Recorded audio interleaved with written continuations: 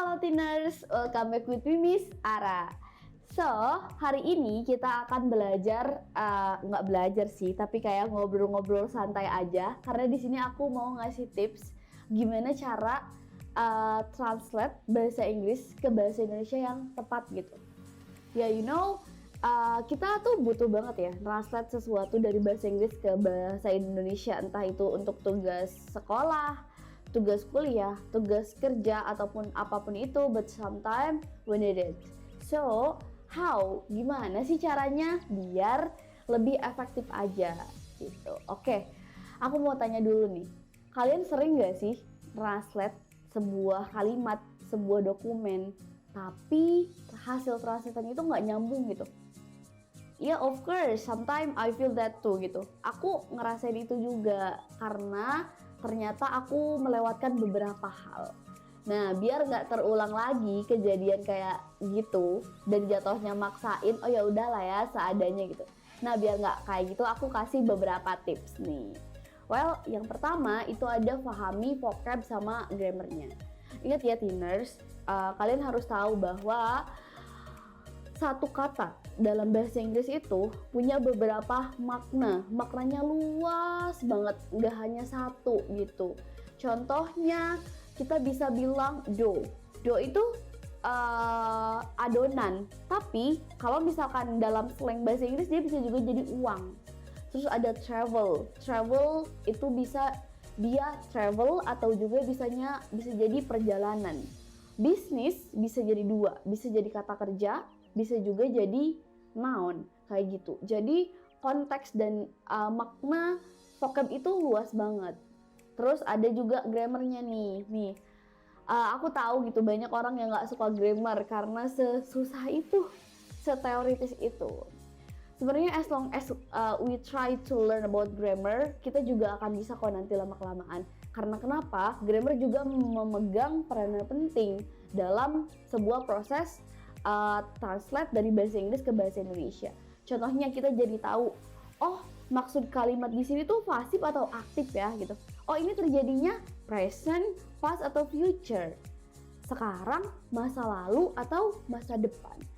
Oh terus ini verb in-nya dia yang artinya continuous atau dia yang sebagai hasil peringkasan adjective clause yang kalau diartiin ada kata yangnya di awal. Nah, jadi grammar juga penting ya, jangan dilupain. Terus, yang kedua, terjemahkan sesuai konteks. Nih, aku tahu ya, mostly kebanyakan dari kita semua English learner, itu kalau misalkan translate bahasa Inggris itu, kita masih translate-nya per kata banget itu, per vocab banget. Itu ada dua disadvantages-nya ya guys. Yang pertama tuh lama. Kalian tuh akan lama gitu. Terus yang kedua, sometimes gak nyambung. Karena kita harus lihat konteks, oh ini konteksnya kemana ya? Itu tuh sebenarnya kalimat biasa atau itu idiom? Contohnya nih, aku bilang ini, coast, an arm, and leg. Kalau kalian tim yang suka translate dari awal gitu ya, dari perkata, tanpa tahu itu konteksnya idiom, kalian akan pinjemin gini, coast itu biaya, arm itu tangan, leg itu kaki, oh biaya tangan dan kaki. No! It's not like that gitu. Tapi itu adalah idiom. Ya, idiom yang artinya apa? Very expensive, pricey, costly, atau mahal. Miss, kan bahasa Inggrisnya banyak ya? Cost an arm and leg. Ada cost an arm and leg. Ada 5 malah, ada 5 kata gitu. Kenapa artinya cuma mahal doang?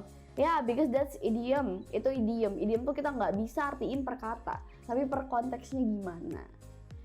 Terus yang ketiga ada pahami struktur bahasanya. Pahami lagi struktur bahasanya, ini kalimat aktif, ini kalimat pasif, ini gimana maksudnya gitu secara bahasa Indonesia.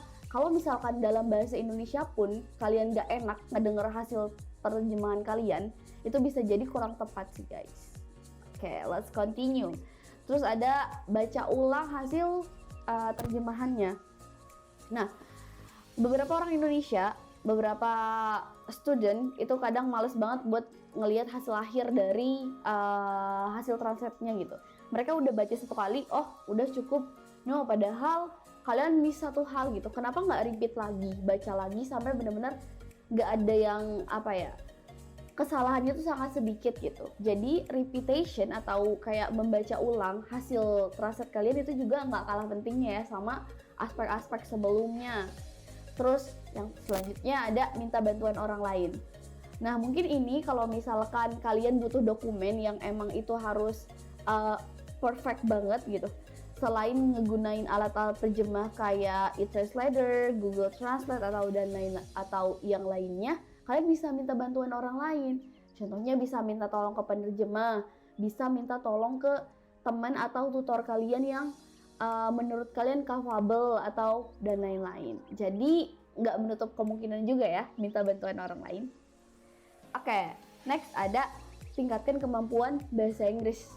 Yap, of course gitu.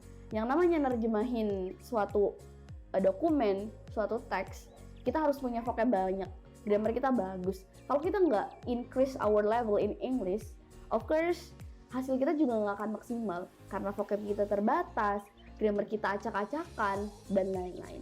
Jadi nggak menutup kemungkinan juga kalau kalian emang kerjanya di bidang translation, kalian juga tetap harus improve bahasa Inggris kalian gitu.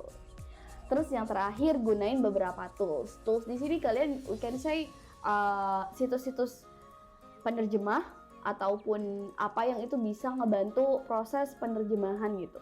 Jangan ngegunain satu tools aja gitu, tapi compare deh. Coba compare sama yang lain. Contohnya gini, kalian pakai Google Translate, terus kayaknya nggak enak deh di Google Translate, ada yang aneh gitu. Kalian coba di dokumen Word yang bisa translation itu, terus coba di e-translator dan lain-lain, di compare aja sampai ternyata maksudnya tuh ini gitu. Nanti juga paham sendiri. Nah gitu deh guys, cukup panjang kan? Iya, yang namanya translate bahasa Inggris ke bahasa Indonesia is not easy gitu. Kalau misalkan kita belum terbiasa itu nggak gampang, karena basically Inggris itu bukan bahasa ibu kita kayak gitu. Tapi nggak menutup kemungkinan kalian juga hasilnya akan lebih bagus lagi dari biasanya. Oke sih, gitu aja dari aku, and don't forget to like, comment, and subscribe our channel, and titik nol start from zero. Bye bye.